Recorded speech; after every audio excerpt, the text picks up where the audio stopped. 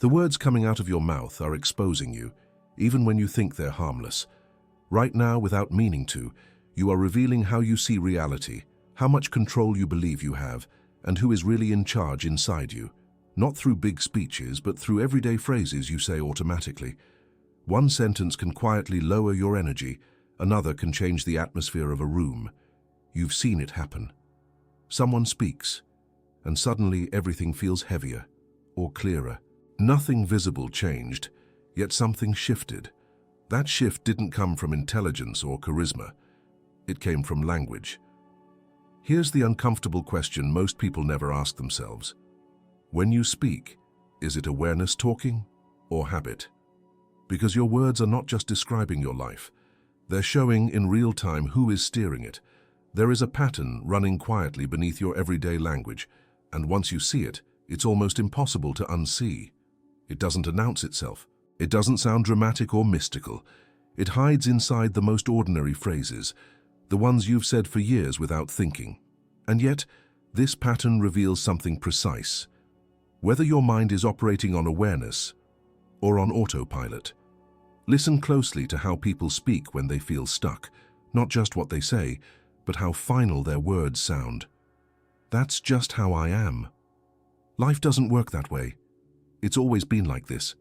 These sentences don't feel aggressive. They often sound calm, even reasonable. But notice what they have in common.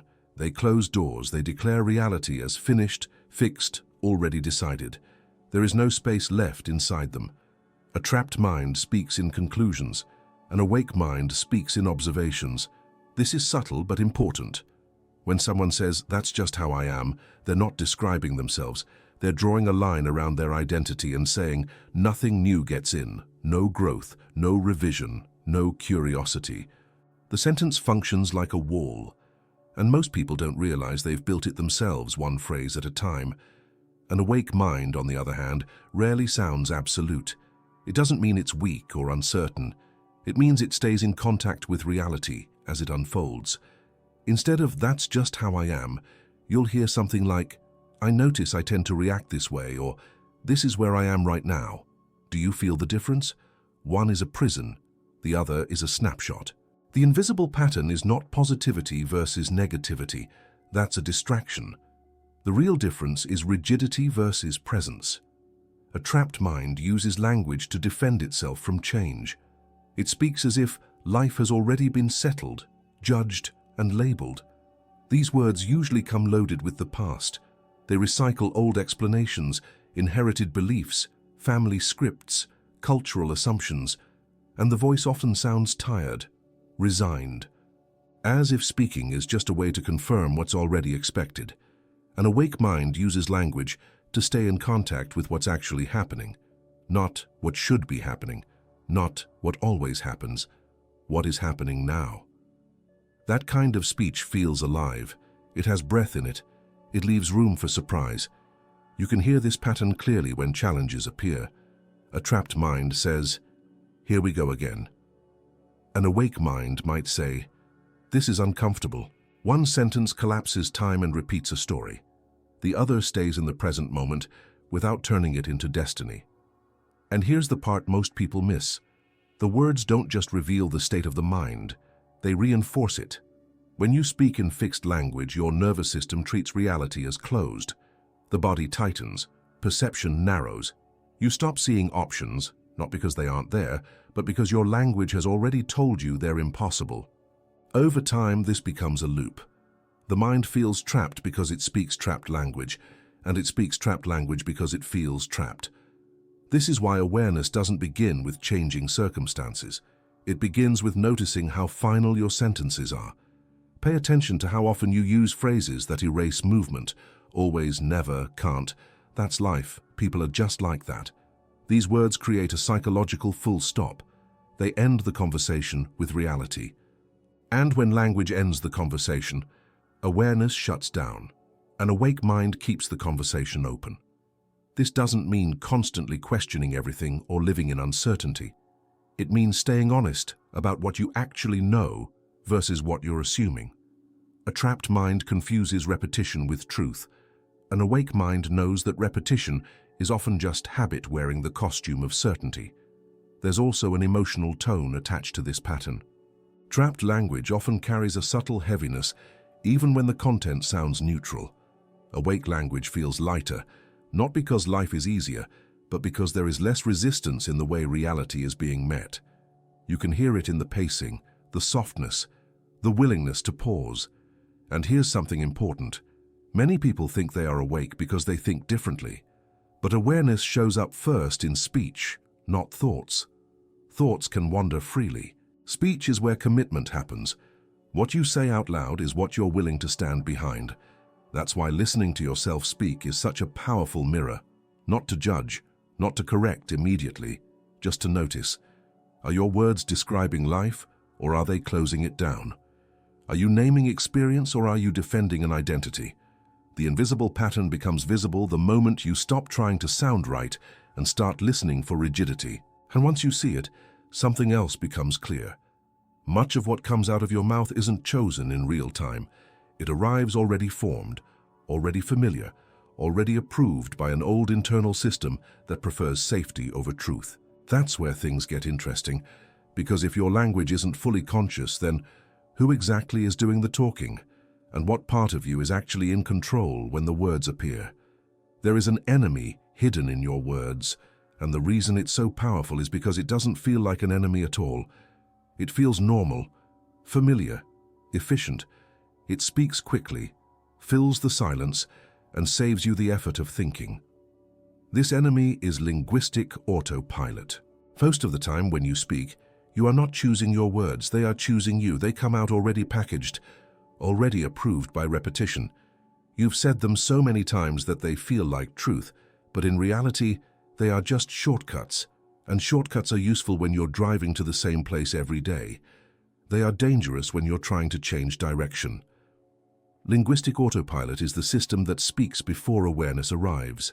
It's the reason a situation happens, and a sentence jumps out of your mouth instantly, without pause, without observation. The words feel automatic because they are. They were learned, absorbed, copied, and rehearsed long before this moment. Think about how often your speech sounds borrowed. The phrases don't feel personal, they sound like something people say. That's because much of your language didn't originate in your direct experience. It came from family dynamics, school environments, cultural expectations, past disappointments. Over time, these phrases became default responses, and now they run in the background like software. The danger isn't that the words are negative. The danger is that they are unconscious. When language runs on autopilot, it bypasses presence. There is no space between the event and the response. And in that gap, or the absence of it, reality gets shaped without your consent. You don't get to check whether the words match what's actually happening now. You don't get to ask if this sentence still fits the person you are becoming. The program just executes. This is why people often say things they don't fully believe, yet keep reinforcing them anyway. I'm just bad at this. This always happens to me. I knew it wouldn't work. These sentences may feel honest, but honesty without awareness is just repetition, and repetition, over time, hardens into identity. Linguistic autopilot is efficient, but it is not intelligent. It doesn't update itself, it doesn't learn from nuance. It doesn't care that you've changed. It speaks from the past, even when the present is asking for something new. What makes this especially tricky is that autopilot often sounds confident. The tone is certain. The sentence ends cleanly. There's no hesitation. That confidence can be mistaken for clarity. But clarity comes from contact with reality. Autopilot comes from habit. You can feel the difference in your body. When words come from autopilot, there is often a slight contraction, a tightening in the chest, the jaw, the shoulders. The sentence lands heavy, even if it sounds casual. When words come from presence, there is more breath in them, more space. Even difficult truths feel cleaner. Another sign of linguistic autopilot is speed.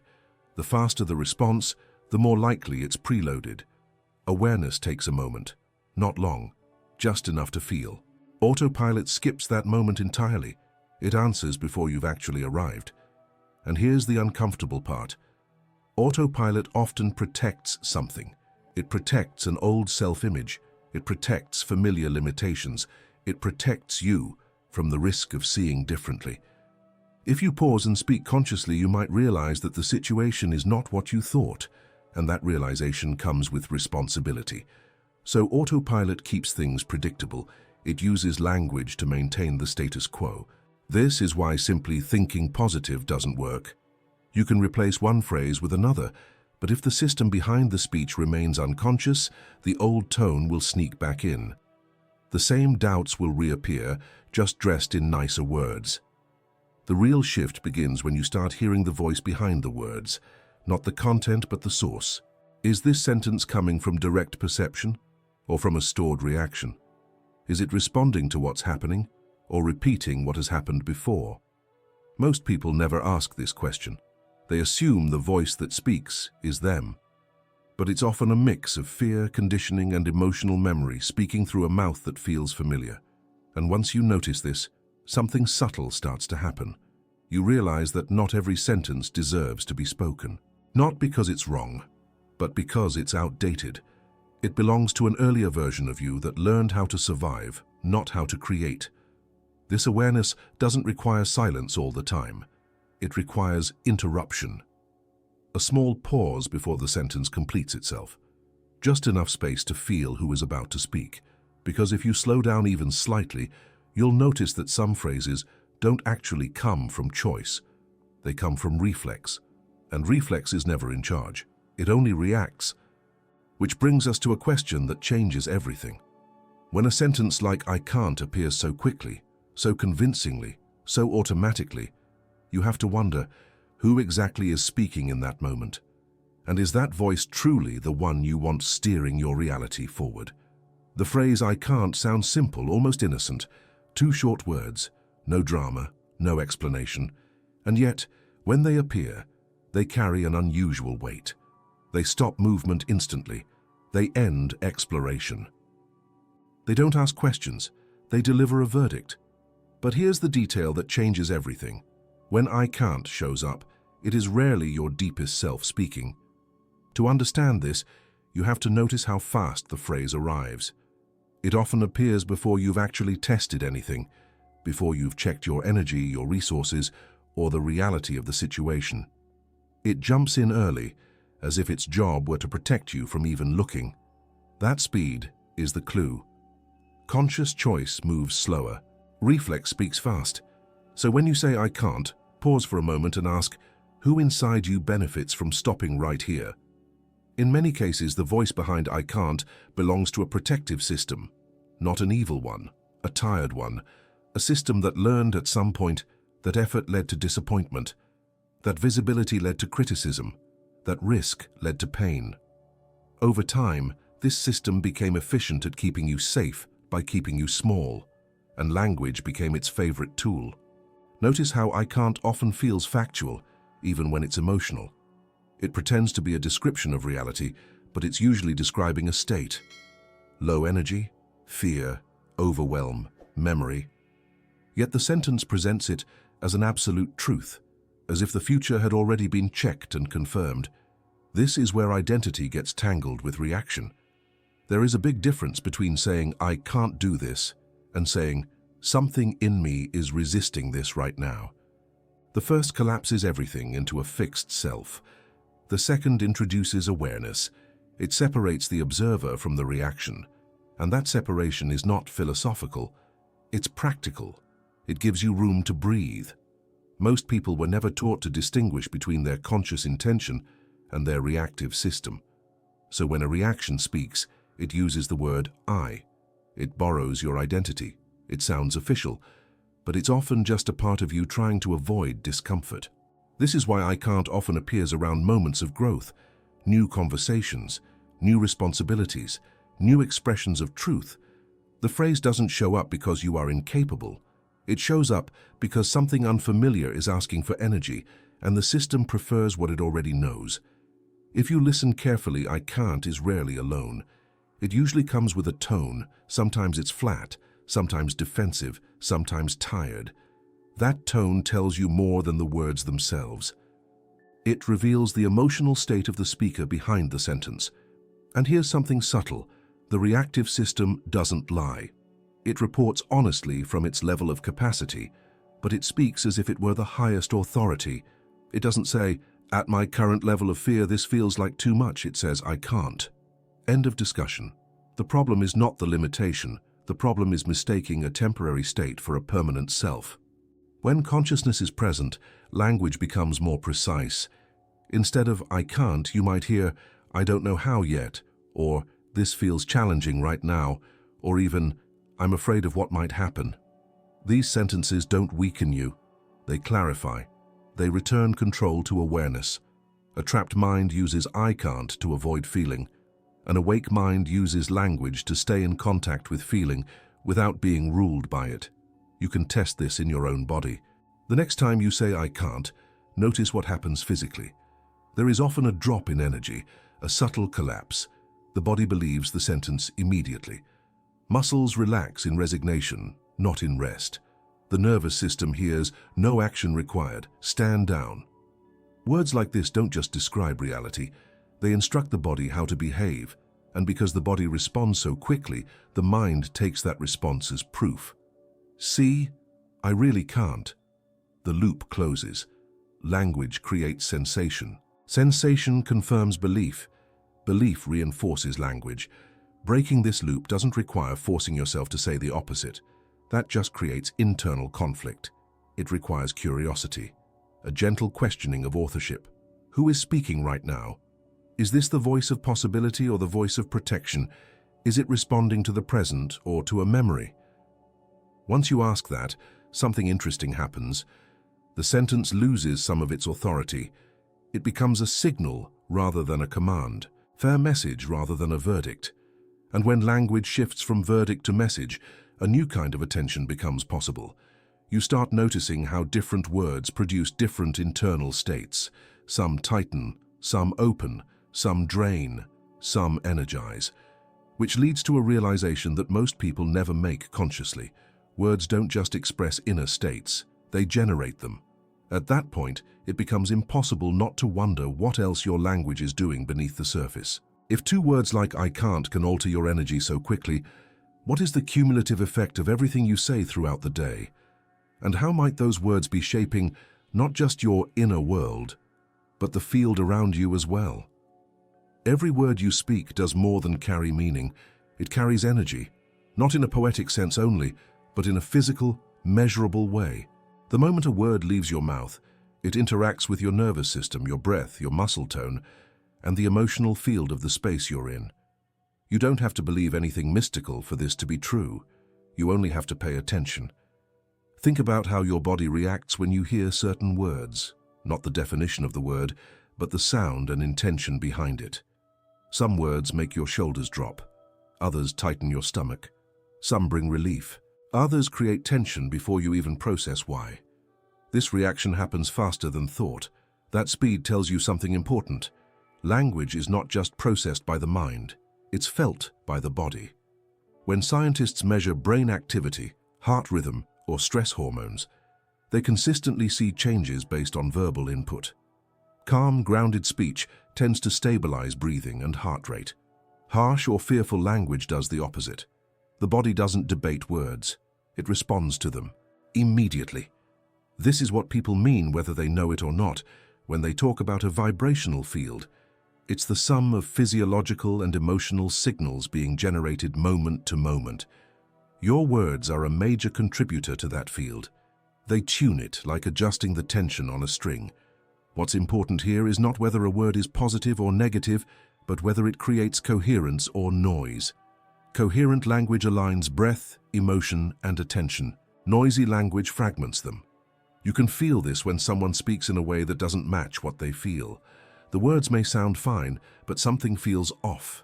The field becomes unstable. And this doesn't just happen internally. Other people sense it too. Have you noticed how one person can walk into a room, say a single sentence, and suddenly the mood shifts? Nothing happened, yet everything changed. That shift is not imaginary. It's the nervous systems in the room adjusting to new signals. Your words broadcast information about your internal state: confidence, fear, resentment, clarity, resignation. Even when you try to hide it, the tone carries it. The pace carries it. The weight behind the words carries it. This is why repeating certain phrases over and over has such a strong effect on your life. You're not just reinforcing an idea, you're training a physiological pattern. If your daily language is full of tension, complaint, or defeat, your body learns to live in that frequency. It becomes normal, familiar, home.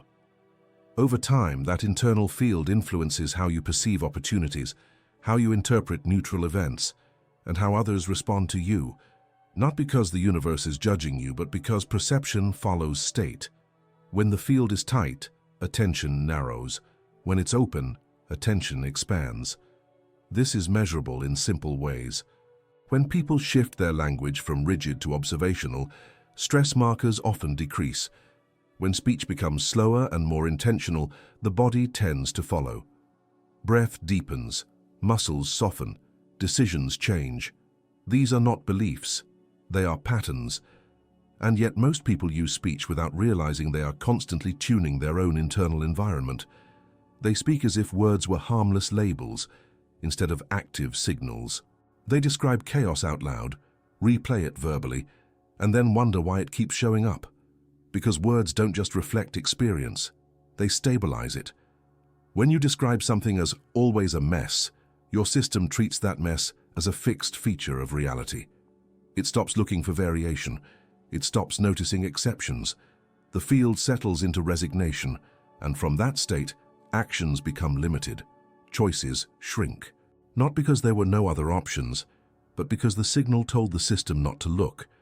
On the other hand, when language stays closer to direct observation, the field stays flexible. Saying, "This is difficult right now," creates a very different internal response than, "This never works." One keeps the system engaged, the other shuts it down. This is where responsibility quietly enters the picture, not blame. Responsibility as response-ability. The ability to notice how your words are affecting your state and the space around you. It's not about controlling every sentence or becoming artificially careful. It's about realizing that every time you speak, you are either reinforcing coherence or feeding noise. You are either building a field that supports clarity or one that keeps confirming disorder. And here's the part that often goes unnoticed. When something goes wrong, language is usually the first place where chaos gets locked in. A sentence slips out that sounds harmless, even justified, but subtly declares that disorder is expected, normal, inevitable. Once that sentence is spoken, the body agrees. Attention aligns with it. The field adjusts. That's why the way you talk about problems matters just as much as how you solve them. Sometimes more. Because speech is often where a temporary disruption gets promoted into a permanent storyline. Once you start seeing words as active forces rather than passive descriptions, you begin to notice how quickly language can either restore balance or seal instability. And that awareness naturally leads to a deeper question.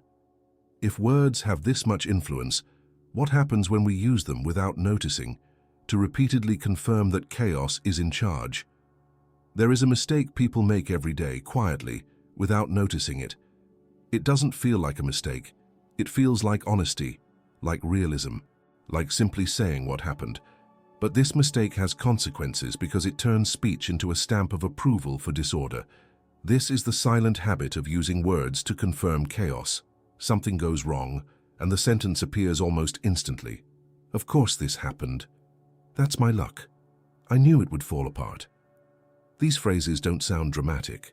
They often come out with a sigh, maybe even a small laugh. But notice what they do. They don't just describe the event, they frame it.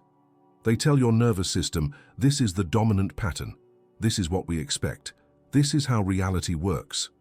In that moment, speech stops being a tool for understanding and becomes a tool for reinforcement. Chaos, by nature, is temporary. It's a disruption, not a law. But when you name it as inevitable, when you give it language that sounds final, your system treats it as stable. The body settles into vigilance or resignation. Attention narrows. The event stops being a moment and starts becoming a story. Most people think they're just venting, releasing frustration, saying out loud what everyone can see. But the body doesn't hear venting, It hears instruction. It hears repetition. And repetition is how patterns are learned. There's a difference between acknowledging difficulty and declaring disorder as truth. Saying this didn't go as planned keeps the situation open. Saying nothing ever works closes it. One leaves space for response. The other turns reaction into identity. This is why the mistake is silent. It hides inside familiar expressions, phrases that sound socially acceptable, even relatable. People bond over them. They nod. They agree. And in that agreement, chaos becomes normalized. When you repeatedly speak about life as if it's against you, unpredictable in the worst way, or fundamentally broken, your system adjusts to that assumption. It starts scanning for confirmation. And because attention follows expectation, confirmation is easy to find. The mind is very good at proving itself right. This doesn't mean you should deny what's happening or pretend things are fine when they're not. That creates internal conflict, which is another form of noise. The issue is not naming the problem, it's naming it in a way that strips you of agency and freezes perception. There's a subtle emotional payoff in confirming chaos. It relieves you of responsibility. If things always go wrong, then nothing is required of you except endurance. No adjustment, no learning, no change in how you engage. The cost of that relief is that nothing new can enter. Listen closely to how chaos-confirming language feels in your body. There's often a drop, a slight collapse, a sense of, here we go again. That feeling may be familiar, but familiarity is not the same as truth. It's just repetition. And repetition, when spoken, has weight. When you say, I knew it, you're not just referring to the past. You're training the future. You're teaching your system that anticipation equals defense, not curiosity. That preparation means bracing, not engaging. Over time, this creates a baseline of tension that feels normal, even when nothing is wrong. The mistake becomes even more powerful when it's shared. When groups of people speak this way together, chaos gains social reinforcement. It becomes part of the collective field. Complaints echo, expectations lower. Cynicism passes as wisdom. And yet all of this happens without intention. No one wakes up wanting to program themselves for disorder. They're just speaking from habit, from fatigue, from inherited language patterns that were never questioned. This is why awareness around speech matters most in moments of disruption. Not when things are calm. Anyone can speak clearly when life is smooth. The real test is how you speak when plans fall apart, when uncertainty shows up, when control slips. That's when language reveals whether it's serving clarity or feeding confusion. There's a moment, right after something goes wrong, when silence is available. Just a breath, just a pause. That moment is uncomfortable because it doesn't immediately discharge emotion, but it's also powerful because it prevents the automatic sentence from locking the event into a larger narrative. Most people rush past that moment. They fill it with words. And those words spoken too quickly often give chaos more authority than it deserves. Once spoken, the sentence lingers. It colors the next thought, the next action, the next interaction. What started as a small disruption becomes a mood, then an attitude, then a lens through which everything else is seen.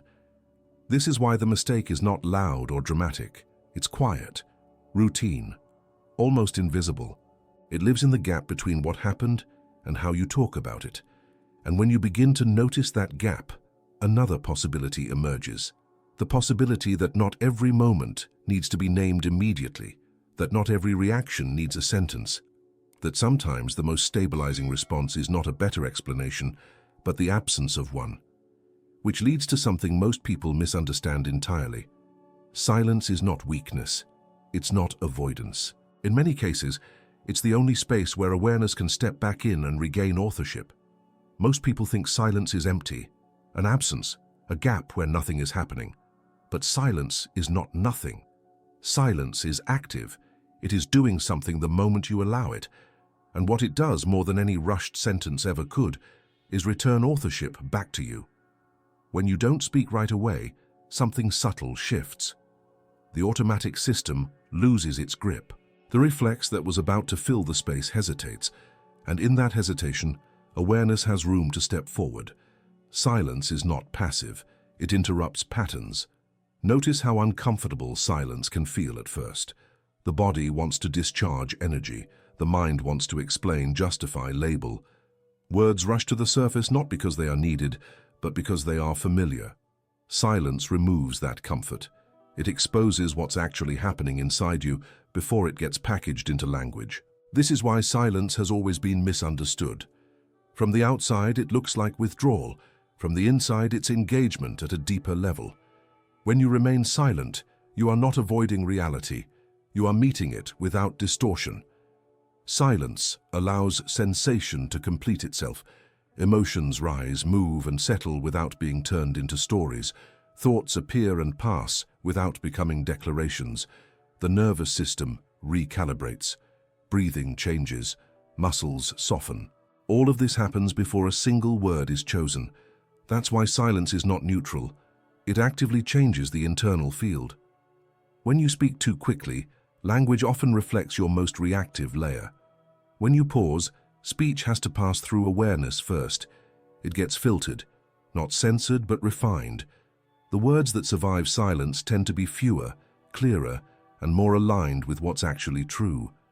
There's also a kind of intelligence in silence that words can't replicate. Silence listens. It gathers information. It notices tone, energy, timing. It picks up on what's being communicated beyond language. In conversation, silence often reveals more than questions ever could. You've felt this when someone pauses instead of responding immediately. The space itself speaks. It changes the dynamic. It invites honesty. It slows the pace. It signals presence. Internally, the same thing happens. When you don't immediately narrate an experience, you allow it to inform you. Instead of telling reality what it is, you let reality show you what it's doing. This is why silence has always been associated with wisdom across cultures, not because words are bad, but because silence restores proportion. It puts words back in their rightful place as tools, not rulers. Most people use speech to manage discomfort. Silence asks you to feel it instead. And feeling, unlike explaining, actually resolves things. When discomfort is felt without commentary, it moves. When it's narrated too quickly, it gets reinforced. Silence also breaks the cycle of chaos confirming language. If chaos needs immediate interpretation to become dominant, silence starves it. It prevents a temporary disruption from being promoted into a permanent identity. That pause after something goes wrong is powerful. It's where you decide whether the moment will be processed or programmed. Silence keeps the moment fluid. Speech freezes it. This doesn't mean staying silent forever or suppressing expression. It means recognizing silence as part of language, not the opposite of it. Silence is the punctuation that gives meaning to words. Without it, everything becomes noise. There's another layer here that most people don't notice. Silence reveals intention. When you stop speaking automatically, you start noticing why you want to speak at all. Is it to connect, to clarify, to defend, to discharge tension? Silence makes motive visible. And once motive is visible, choice becomes possible. From that place, words change. They become more deliberate, more accurate, less loaded. You stop speaking to control outcomes and start speaking to reflect reality. The tone shifts. The field stabilizes. This is why silence often feels grounding, not just for you, but for others. It signals safety. It signals that not everything needs to be filled. That presence is enough. But silence also exposes something uncomfortable. When you stop speaking automatically, you begin to notice how many of your usual phrases were never necessary to begin with. They were fillers, habits, social reflexes, and that realization can be unsettling. Because it raises a quiet question. If silence is this powerful, and if so much of our speech is optional, what about the words we use casually, without thought, that seem harmless on the surface? The phrases we say every day that don't feel chaotic or dramatic at all, yet still carry hidden instructions beneath them. The words that shape your life the most are rarely the dramatic ones. They are not the angry outbursts or the emotional confessions. The most dangerous words are the ones that slip out casually, almost politely, without resistance. They sound reasonable, harmless, even responsible. And that's exactly why they pass unnoticed. Phrases like, "I'll try," "hopefully it works," or "We'll see what happens" don't trigger alarm bells. They don't sound negative. In fact, they often sound mature and realistic. But beneath their calm surface, they carry a quiet message. Uncertainty is in charge. When you say "I'll try," notice what happens internally. There's no commitment in the body, no forward movement. The nervous system doesn't mobilize. It stays half ready, half withdrawn. The phrase leaves an exit open, not for flexibility, but for retreat. And because it sounds polite, it avoids scrutiny. Harmless-sounding words are powerful because they bypass awareness. They don't feel like beliefs, so they're never questioned. They operate like background settings, constantly tuning your internal field without ever asking permission. These phrases often come from a desire to avoid disappointment. They protect you from the emotional cost of fully engaging. If you only try, then failure doesn't hurt as much. If you say "hopefully," then the outcome is never really yours. Responsibility is softened, and with it, so is your influence. This is not about forcing certainty where none exists. Life is uncertain. Outcomes are not guaranteed. But language that constantly leans away from ownership trains the system to stay passive. It teaches the body that effort should be cautious, limited, provisional. Over time, this becomes a stance toward reality. You can hear it in how people talk about their plans, their health, their relationships. The tone is often gentle but also distant, as if they're watching their own lives from the sidelines. Not fully in, not fully out. Waiting. These words also shape how others respond to you. When your language carries doubt, even subtly, people feel it. They may not consciously register it, but their nervous systems do. Confidence is not just about volume or assertiveness, it's about coherence. When words, tone, and intention align, the signal is clear. When they don't, the signal weakens. The danger here is not that these phrases are wrong, it's that they quietly hand over control. They suggest that reality is something that happens to you, not something you participate in shaping. And because they sound modest, they're socially reinforced. People nod, they agree, they respond in kind. The pattern spreads. Another category of harmless-sounding words lives in self-description. "I'm just not a morning person. I'm bad with money. I'm not great at relationships." These statements often come with a shrug. They feel light, almost humorous. But each one is a small identity claim. The body listens to these claims. It adjusts behavior accordingly. Effort decreases. Curiosity shuts down. The system stops experimenting because the outcome has already been named. What makes these phrases especially sticky is that they often contain a grain of truth. You may struggle with mornings. Money may feel challenging. Relationships may have been painful.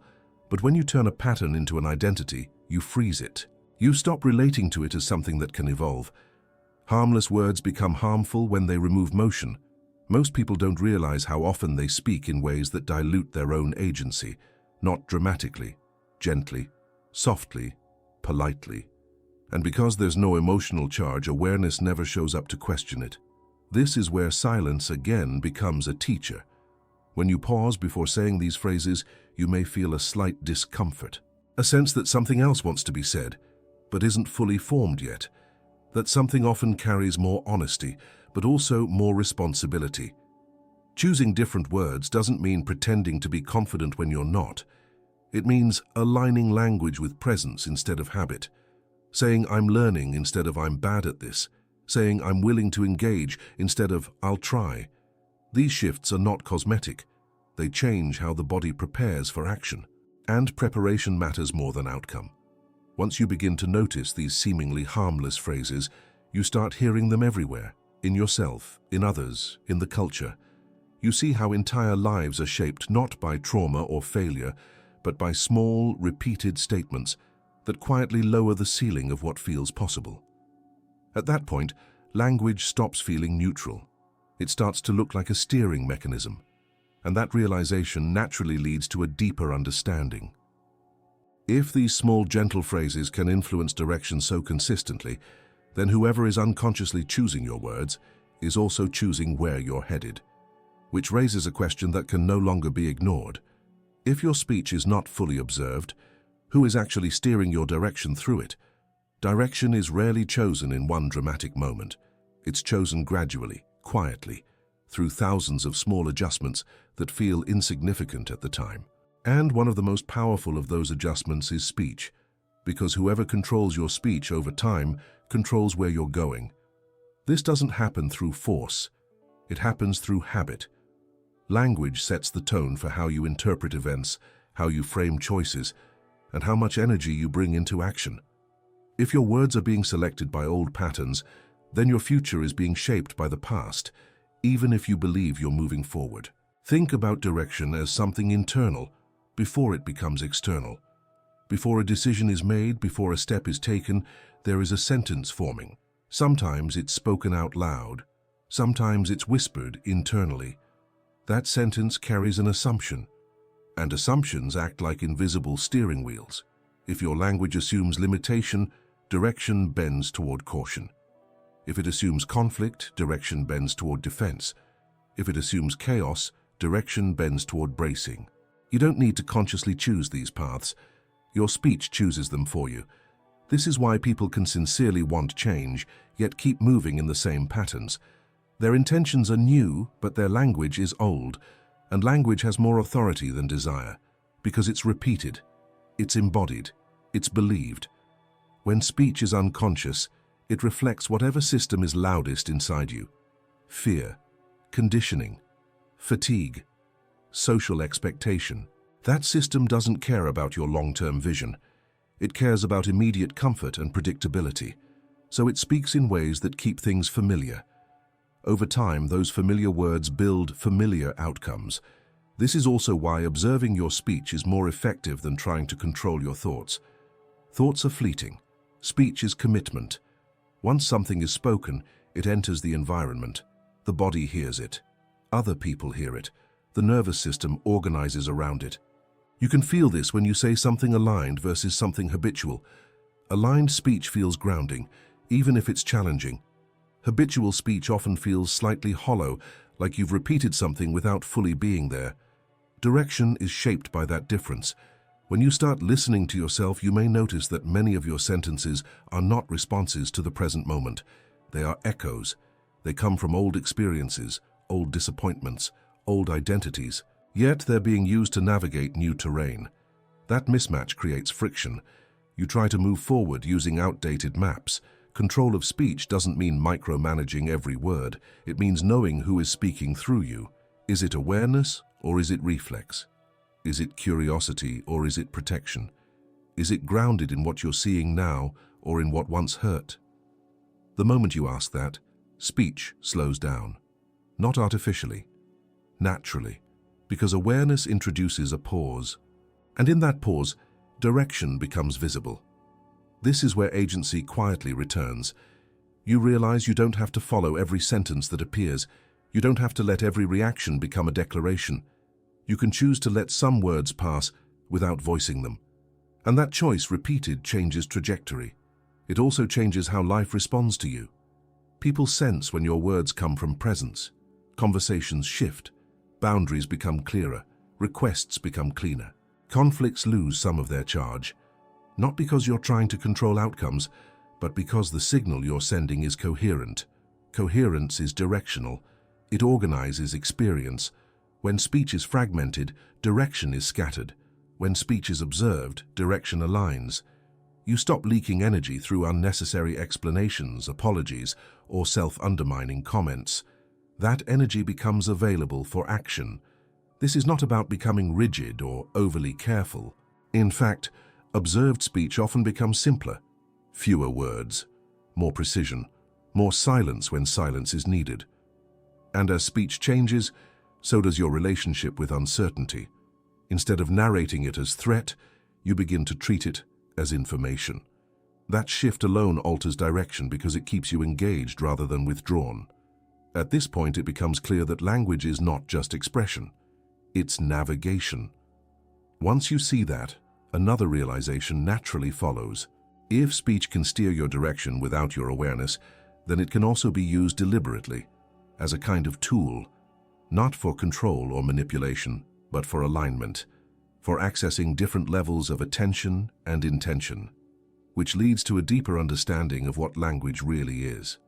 Not just communication, but a form of technology, one that has been running in the background of your life, mostly unnoticed, waiting to be used consciously.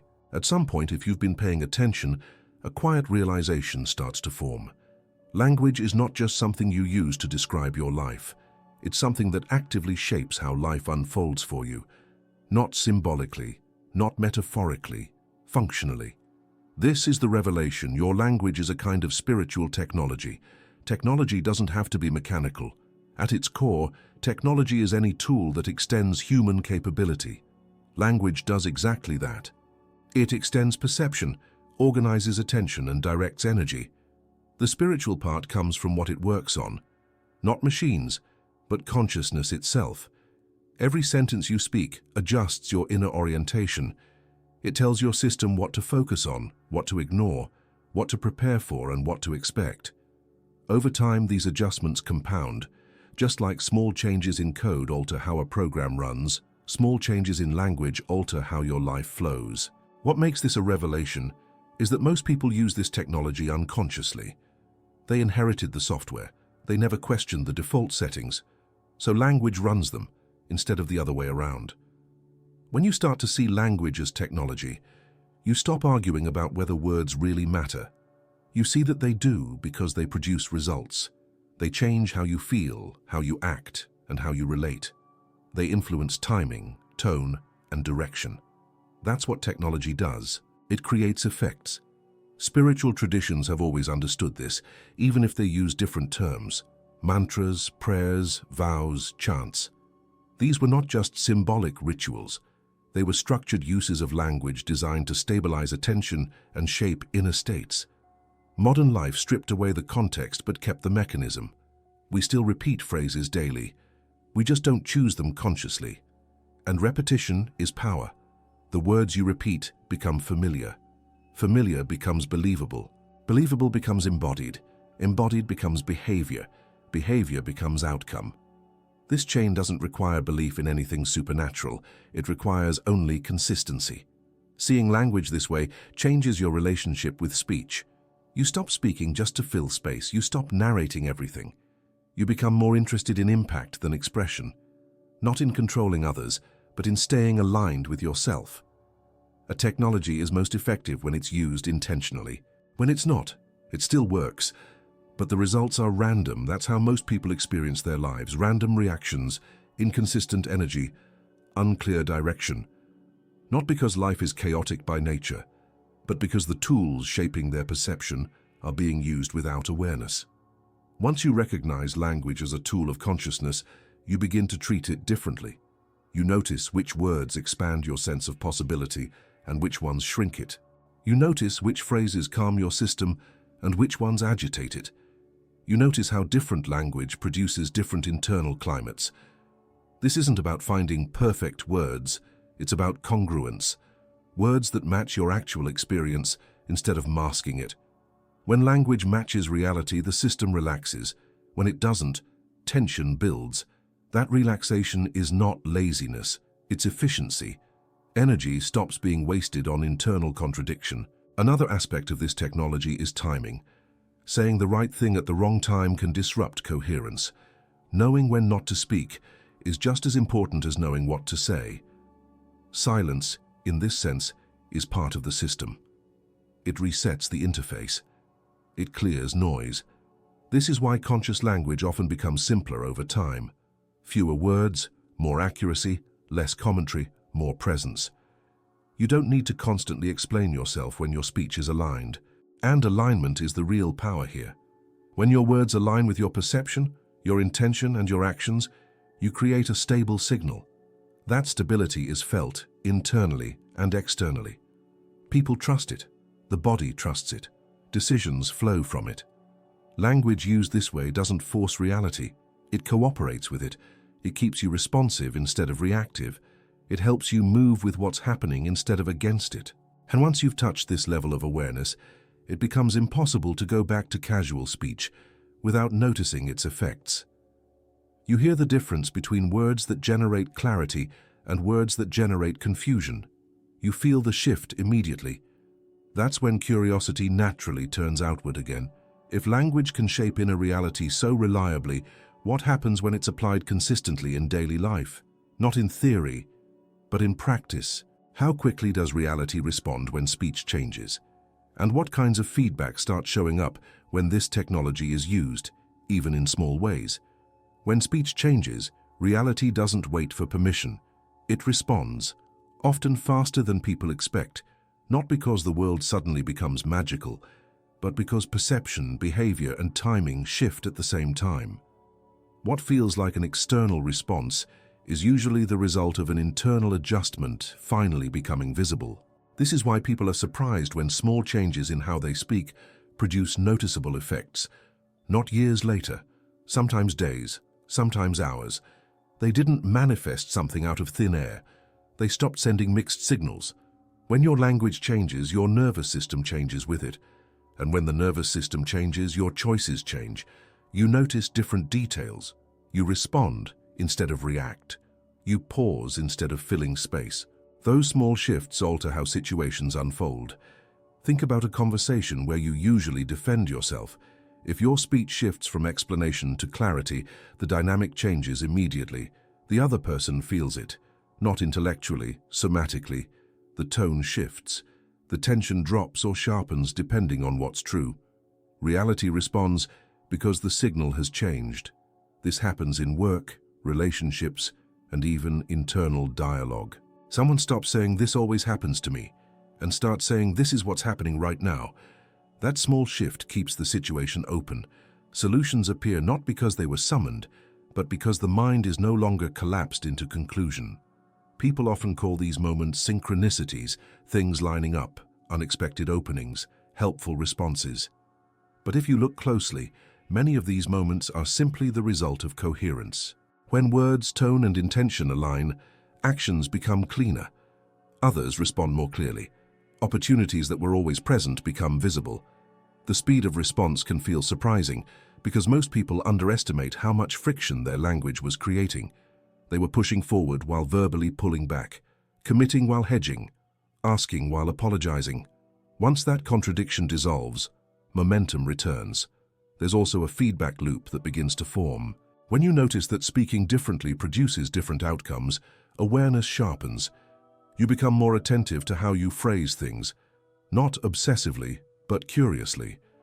Language becomes a place of experimentation rather than habit, and reality gives feedback quickly because it always has.